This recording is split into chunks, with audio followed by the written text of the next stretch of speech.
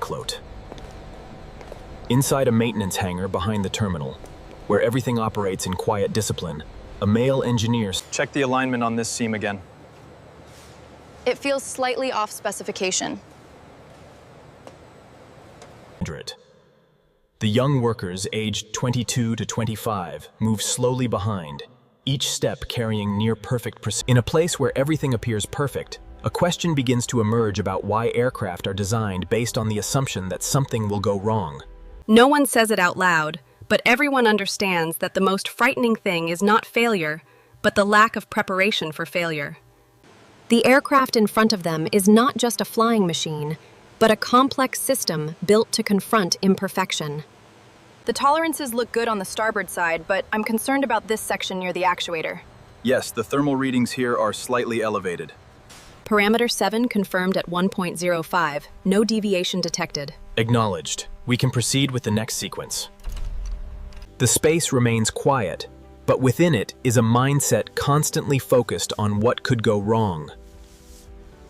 And the central question becomes clear: why in aviation systems are not designed for everything to always be right, but to accept that things can go wrong. Run diagnostics on the starboard array. Diagnostics complete. All systems functioning within tightly controlled parameters. Engines rotate at stable speeds. Electrical systems distribute power precisely, and sensors continuously send data to the control center. Levels are stable across the board. Confirmed on the manifest, everything looks good. All parameters are within the operational threshold. It checks out. Agreed. The design is functioning flawlessly. Workers continue maintenance using standardized procedures down to the smallest detail. Under ideal conditions, everything operates smoothly without any sign of issues. The system is designed to achieve optimal performance when no failure occurs. However, this perfection becomes the foundation for a deeper question. If everything is always correct, then designing for failure seems unnecessary. But reality is not that simple. When looking deeper into the system, small details begin to reveal something unusual. Why exactly do we need an identical backup system for this unit? The redundancy is crucial for the new regulations. Every component has a duplicate or alternative path.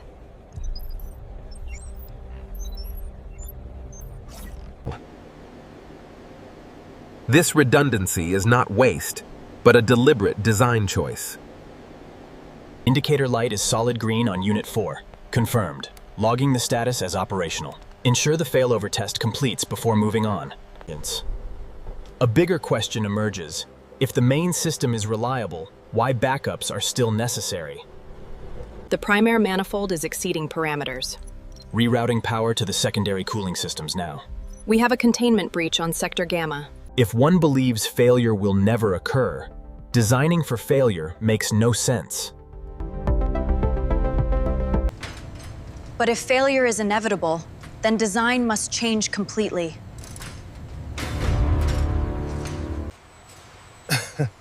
At this point, aviation thinking separates itself from other fields. No system is perfectly flawless in reality.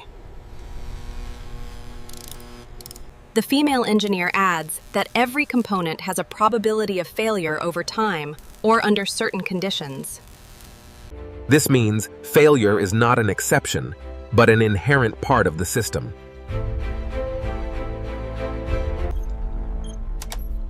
Instead of eliminating failure, design focuses on controlling it when it occurs.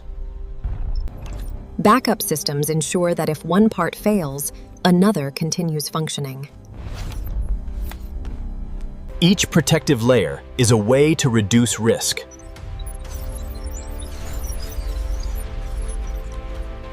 Design is based on accepting reality, not trusting perfection.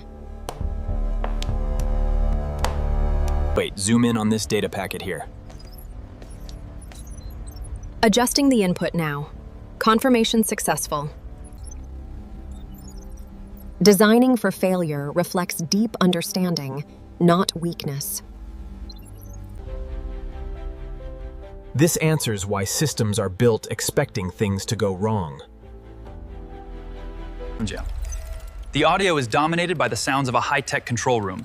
There is a clear distinction between the calm, steady hum and soft beeps of the stable. Many systems are designed expecting them to work most of the time.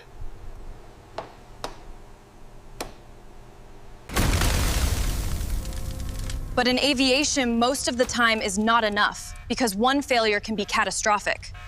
Design must ensure safety, even when multiple failures occur simultaneously. Are the energy readings stable after the cross-check? Yes, fluctuations normalized. All systems green. The power fluctuations are stabilizing, but the memory usage on server 7 is spiking again. I see it. Reroute secondary. There is no room for luck in this design. The data stream shows it shows a deviatory algorithm. Cross-reference.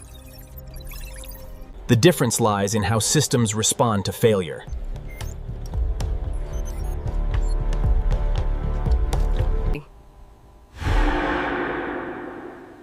This is where aviation surpasses other fields. Designing for failure is not pessimism, but realism.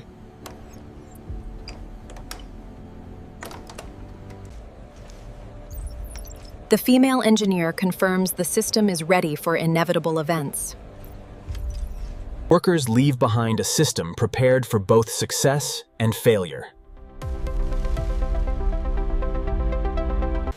Aircraft are not designed to never fail, but to remain safe when failure occurs. This is the core difference between ordinary systems and aviation systems. The initial question now has a clear answer.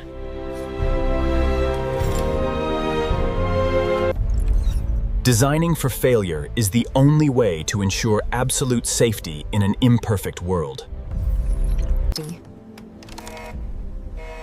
Not by avoiding failure, but by controlling its consequences.